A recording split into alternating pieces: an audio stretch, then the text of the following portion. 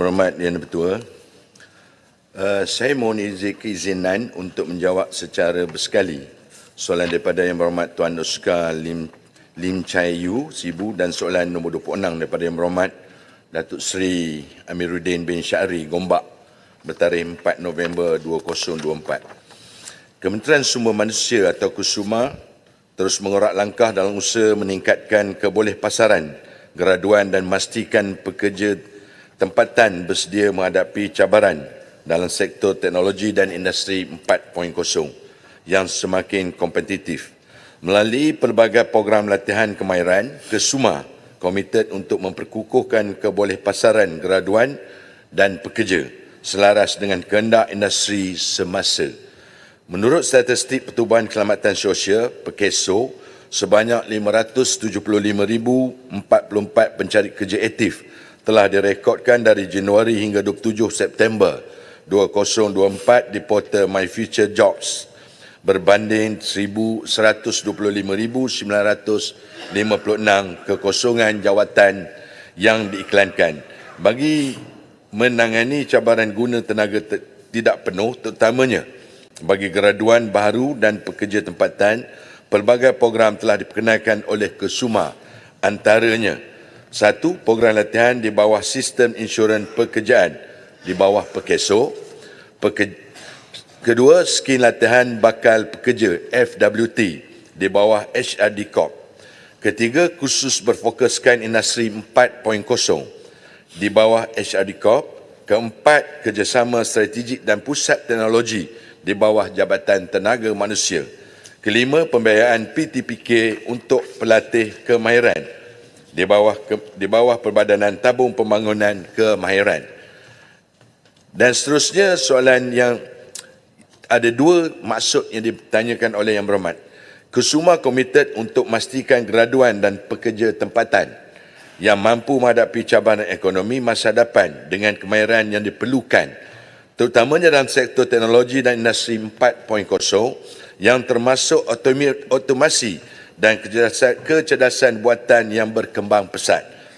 Yang Berhormat Yang Bertua, KUSUMA menghadapi mulai pada tahun 2020 sehingga 27 September 2024 adalah seramai 293,639 orang pekerja tenaga kerja telah kehilangan pekerjaan, dan industri yang paling terkesan adalah seperti berikut.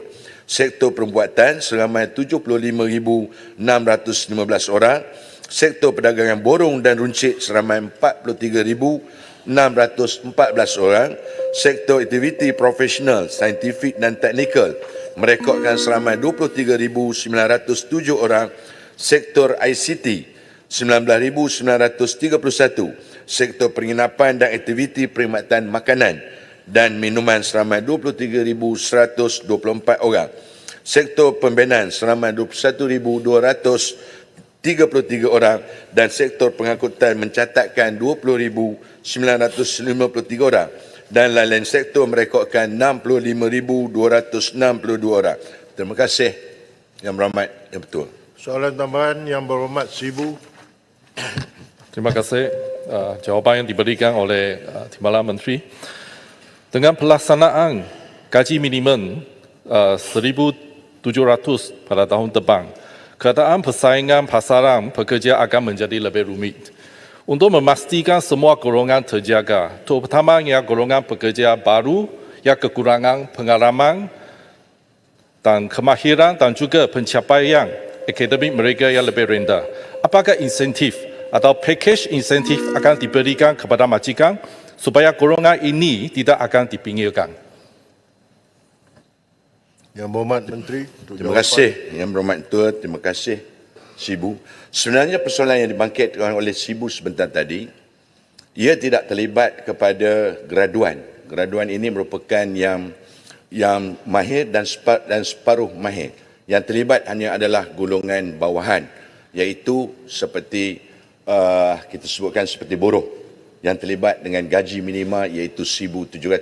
Dan sekarang ini pihak KUSUMA setelah diumumkan oleh Yang Amat Berhormat Perdana Menteri dalam bajet yang lalu, kita dalam proses untuk merangka seterusnya apa yang dinyatakan oleh Yang Berhormat sebentar tadi, dan dalam masa yang yang tidak berapa lama ini mungkin kita akan mempersiapkan apakah yang dimaksudkan dengan gaji minima itu. Terima kasih Yang Berhormat.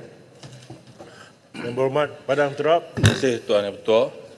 Yang Berhormat Menteri, saya merujuk kepada laporan Putusan Malaysia pada 2 September 2024 yang bertajuk Kebolehpasaran Pelajar Pertanian menurun.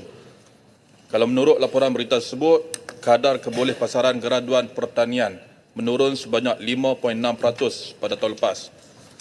Antara punca penurunan adalah disebabkan perlahannya kemajuan teknologi dalam bidang pertanian. Soalan saya kepada pihak kesemua, adakah pihak kesemua mempunyai perancangan untuk memastikan para graduan bidang pertanian ini mempunyai kemahiran yang sepadan dengan keperluan kerjaya masa kini? Terima kasih Menteri. Yang Berhormat Menteri.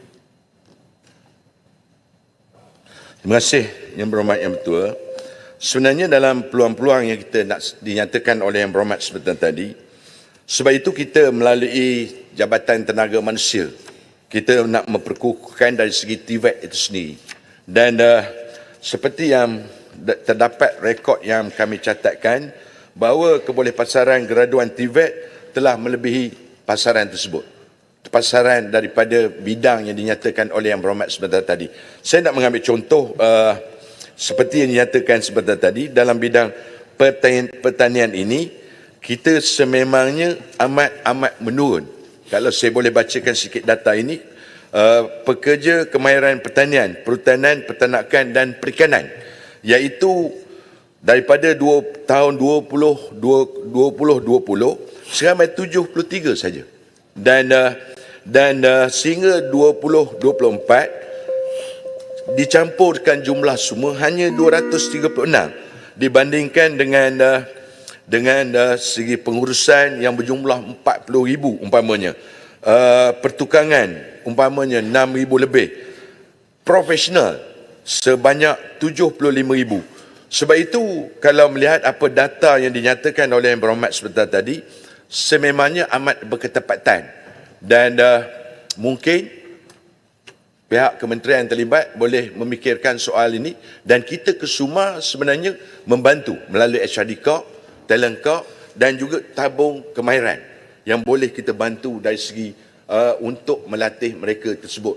Dan usaha ini kalau nak, Yang Berhormat boleh sikit Yang Berhormat, saya nak nyatakan bahawa kalau kita mengambil contoh TVET profesional, umpamanya ILP Labuan, ya, kita memperolehi sehinggakan di Labuan ini sebelum habis tamat pembelajaran, mereka dah tempah pelajar-pelajar kita untuk masuk ke dalam, dan ada yang telah disponsor pun oleh pihak-pihak tertentu. Tetapi saya pun sering berfikir apa yang Berhormat katakan dari segi ke pertanian ini sendiri. Kenapa amat besar menurun, dan ini seperlunya kita buat kajian bersama. Apakah punca pertanian ini menurun, tetapi dari segi sektor lain amat meningkat, dan kebolehpasaran itu amat meninggi sekali dari segi kebolehpasaran. Kalau saya nyatakan tadi seperti Labuan, pelajar kita telah ditempah untuk dimasukkan dalam bidang pengajian. Kalau di Jegantuk umpamanya, saya berhampir dengan saya, 100% pelajar kita yang pembuatan dari segi reka bentuk industri, polimer dan juga ujian tanpa musnah. Maknanya gelas itu kita buat ujian, kita nak tengok kekuatannya, 100% kita dapat pekerjaan. Mungkin atas dasar itu mereka memilih dalam bidang seperti saya nyatakan. Terima kasih Yang Berhormat Yang Ketua.